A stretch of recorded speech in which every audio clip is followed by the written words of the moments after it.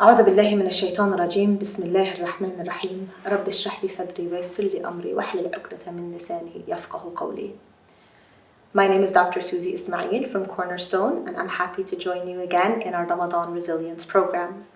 In today's episode, we're going to dive a little bit deeper into better understanding the tests and the tribulations of the dunya and how we may experience them in different stages in our life, and understanding how throughout these tests and tribulation we may be hungering, and not hungering just for physical entities, but hungering for contentment, hungering for connection, hungering for a sense of well-being.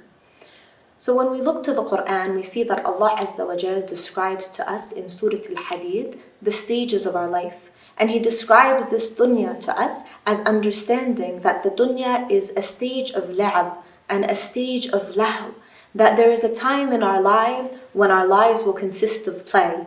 And essentially that is our childhood, where we may simply spend that childhood learning, growing, seeking out understanding of ourselves through play.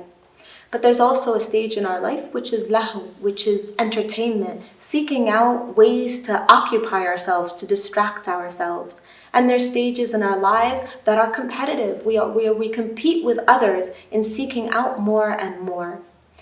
So when we go through these stages of our lives, a lot of times we look back in our adult years and recognize that there may be something that occurred in those stages, maybe in the stage of la'ab, where we're meant to be playing and growing through play. Maybe we've experienced some type of childhood trauma. Maybe we've experienced some type of difficulty that we've carried with us. And that childhood trauma, it may look like a situation of neglect, where we felt like our parents did not connect with us well, maybe.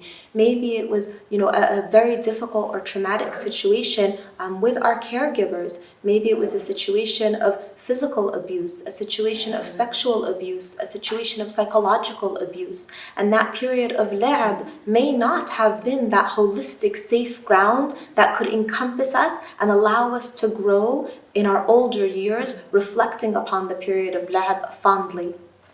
And many times we then engage in that period of lahu, where we seek distractions, because there's so much pain from our childhood, because we've experienced difficulty maybe with our parents, with our caregivers, with our siblings. Maybe we were harmed in some way, physically, sexually, emotionally, psychologically. And so we seek out the distractions in that stage of lahu. But the distractions do not heal. The distractions don't make us feel better. They may be a temporary band-aid that keeps our mind away from the trauma we may have experienced, but it doesn't really dissect the trauma itself. It doesn't allow us to heal from the trauma. And so we may continue to grow carrying baggage, maybe baggage from our childhood. If we grew up in a household where domestic violence, domestic abuse was prevalent, we may carry that into our own relationships. We may carry that to our own children. We may have that generational trauma where maybe we grew up in a household where there was neglect, or we felt like we weren't taken care of. That may reflect in how we build our relationships. We also see it impacting our attachments. There are different types of attachment styles that we often develop in infancy. From when we're first born, the way that our environment, the way that our parents, the way that our caregivers, kind of interact with us can impact how we attach to others later on. So we may have issues of anxious attachment. We may have issues of avoidant or dismissive attachment. We may have issues of preoccupation in our attachments. How we attach to others can directly link back to how we feel about ourselves and our relationships. And it's very important that we gain a better understanding of our attachment style, how that attachment style translates into our interactions with others, how it impacts our mental health, and to recognize the root of those difficulties. When we're tackling mental health issues, we often look for triggers. And many times triggers or triggering situations that may cause an anxious episode, that may cause a depressive episode, may be rooted and buried in an experience that you've had as a child. And that deeply rooted, buried experience comes to the surface when the trigger occurs and when you find yourself in a situation where you may be experiencing the fear, that pain, that difficulty that you experienced as a child.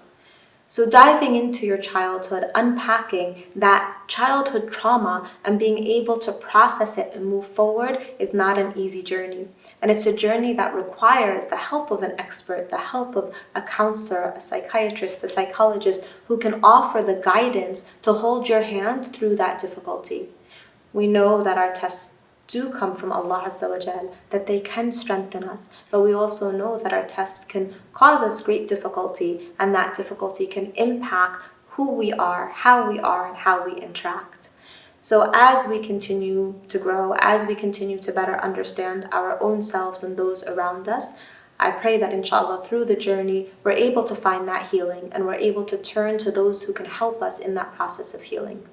So join us in our next episode, inshallah, where we can continue on this journey and we can better understand generational trauma, how it impacts us and how we may reflect it in our lives, and we can better understand how we really can heal through that generational trauma and how we can resolve some of the mental health issues that may be resulting from generational trauma we've experienced. Jazakumullahu khair. Assalamu alaikum.